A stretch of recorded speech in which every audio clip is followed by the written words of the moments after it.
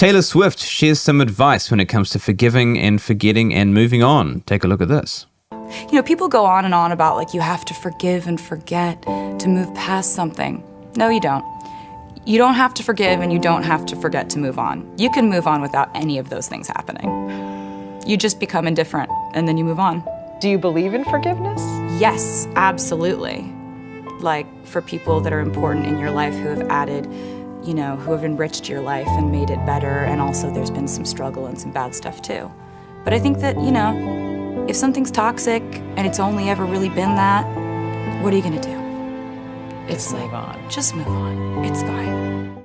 Hey, wow, yeah. So honestly, this video just breaks my heart. It's really sad. It's hard to watch, and I'll explain why. So in a nutshell, she's saying how there's a lot of people who believe that it's important to be able to forgive and to forget and to move on, whereas she refuses to believe that claim, that she says that you can move on without forgiving someone. And I think it's really sad because watching this, it's quite clear that she's hurting. And it's like, it's this deep hurt that's driving her to believe that she can have forgiveness on her own terms. And the main reason I say this is purely just because of her body language. And let's watch that first part again and just watch her body language and see what you notice. You know, people go on and on about like you have to forgive and forget to move past something. No, you don't. You don't have to forgive and you don't have to forget to move on. You can move on without any of those things happening. So notice the contrast between her talking about the idea of forgiving and forgetting and moving on, and then it's like she cuts herself off saying, no, you don't. You know, it's like you got to forgive and forget and move on. No, you don't. It's so jarring and it's so cutting the way that she says that. And to me, that's evidence of a hardened heart. It's evidence of someone who has spent her whole life believing in the importance of forgiving and forgetting and moving on, only to have her heart broken so badly that the mere thought of forgiving the perpetrator is so painful and so awful that it's just easier to harden your heart and to hold on to that resentment and that bitterness and just to force your way ahead in life and force your way to move on. And you can gather that analysis just by the tone of those three words, the way she says it. No, you don't. It's like she has steeled her heart. It's like we're not even going to entertain the idea of forgiveness. And then notice also the interviewer in this as well. It's like she's kind of nervously laughing as Taylor Swift is saying all this kind of stuff. She's visibly uncomfortable. And that's because what Taylor is saying is a pretty rough thing to say, you know, that you can move on without forgiving someone. It's like if someone wrongs you, to hell with them. You know, no matter how sorry or remorseful they are, who cares? And that's a rough thing to say. Now let's take a look at the end of this clip as well and watch her body language as she's talking. If something's toxic and it's only ever really been that, what are you gonna do? It's like, just move on. It's fine. Oh man, that's the part that breaks me, you know, when she says it's fine, and she's looking down as she's saying, and she can't make eye contact with the interviewer, and she's clearly broken. She's physically broken, and she's in pain when she says it. And it's like such a contrast to what she was saying before, you know, that kind of strong, independent facade that she held when she's saying, no, you don't. And it's like that facade just crumbles in a matter of sentences because she can't hold on to it anymore. And it's like she's tried to use this hardening of the heart to be able to help her soldier on and to move on without having to address the issue, but it's just not working. She's clearly still in pain. Oh, it's awful to watch. So seeing this video, it inspired me to talk about forgiveness, because the fact is that she's incorrect in this video, and that all of us as humans, we need forgiveness. We need to give forgiveness, we need to receive forgiveness, and we need to extend forgiveness to everyone, not just those that we like, not just those that we deem important. And I mean, as Christians, forgiveness is the absolute pillar of our faith. We can't operate without it. And the Bible talks about forgiveness in many scriptures, but just for the sake of time, I'll give you two. Mark 11:25, and whenever you stand praying, if you have anything against anyone, forgive him, that your Father in heaven may also forgive you your trespasses. And then Colossians 3 verse 13, bearing with one another and forgiving one another. If anyone has a complaint against another, even as Christ forgave you, so you also must do. So as Christians, forgiveness is simply not optional. It's a command. We have to do it. But Taylor does mention, to her credit, that she's a big believer in forgiveness, but her version of forgiveness is to forgive those in whom she deems important, or who have added to her life, or enriched her life, or have been there during the hard times. So, in other words, not everyone, only those in whom she deems important. But we can't live like that. We have to be willing to forgive everyone, even those that we don't deem important. Why? Because, especially as Christians, it would be absolutely unjust if we don't do that. Because remember that you and I can only live by the mercy of God. That you and I are alive only because of His grace and because of His mercy. And we have communion with God because of His grace and mercy. And so it would be absolutely unjust of us to withhold that same grace and mercy from other people. The fact is that forgiveness can't be reserved just for those in whom we deem important. Because then that raises the question, well, who defines who is worthy of receiving forgiveness and who isn't? Do you define that? Well, what makes you think that you're better than anyone else? And does that mean that there is someone who could be of higher value above you that may deem you not important enough to be forgiven? And how would that make you feel?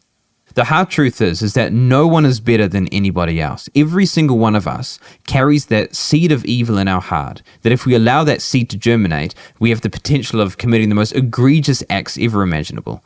And so the only way that we can forgive is by basing our forgiveness on others on God's forgiveness of us.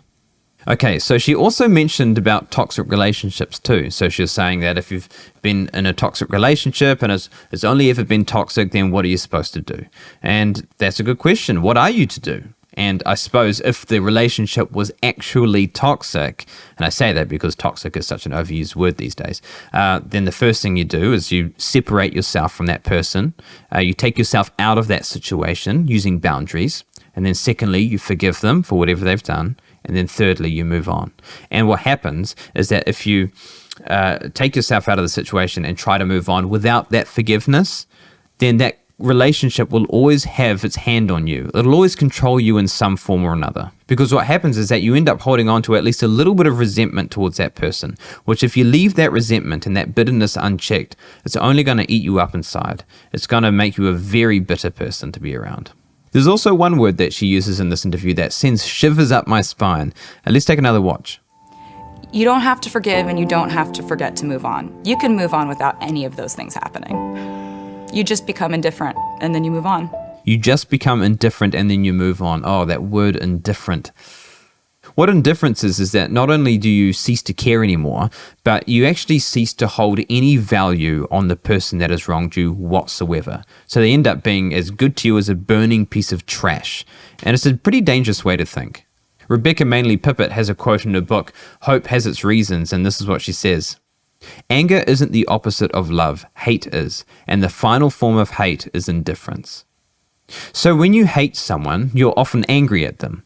And what anger is it's energy released in order to protect something that you love. And so you're angry because you love the person who has wronged you, because you care about the relationship, because you cherish the relationship that has now been tarnished by this person. And so rightfully that's going to make you angry. And the presence of that heated emotion is evidence that you still care at least a little bit. But indifference is next level. Indifference is, I cease to recognize your existence. Or indifference is, I choose to strip you of all value in my mind. Or it's, if you were to die a horrible, gruesome death, I would not care one iota what's for lunch. Indifference creates dictators. It's like all of the sociopathic, psychopathic serial killers. Indifference is the key ingredient that turns them into killers. And so you don't want indifference in your life. Don't allow it to ever take root because it's only ever going to wreak havoc. So then how do we forgive? And that's a massive question. And I don't think we have the time in this video to be able to dive into it properly, but I guess we can start by remembering the one who gave his life for us in order to forgive us and to regain us. And because remember that the law of forgiveness, with all of its grief and all of its pain and how difficult it is, it doesn't just apply to us, but it applied to God as well. Because we often think of the free gift of salvation and the free gift of grace and forgiveness, but it wasn't a free gift at all. It may be free for us to be able to receive that forgiveness, but for God, it costs him his son. It cost Jesus Christ his life to forgive us. So then when we choose to reflect on Christ paying the infinite debt that we couldn't pay ourselves, we find ourselves humbled and strengthened to be able to forgive the finite debt that is owed to us by others. It's not easy, but it's important. and through Christ, it's doable. It's impossible to forgive someone if you feel superior to them.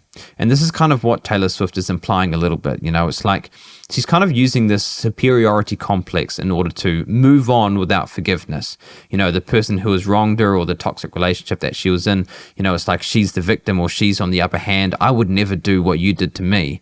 And it's not just her. I mean, a lot of people employ that kind of tactic when it comes to moving on without forgiveness. But if you do that, you're only going to become resentful, bitter, and broken. And it's not an easy life to live. So for me, it was a heartbreaking video to watch. And to be honest, I'm praying for Taylor. I can't imagine it being easy for her to live the life that she lives, going through all the relationships and breakups and everything publicly. It wouldn't be easy for anyone.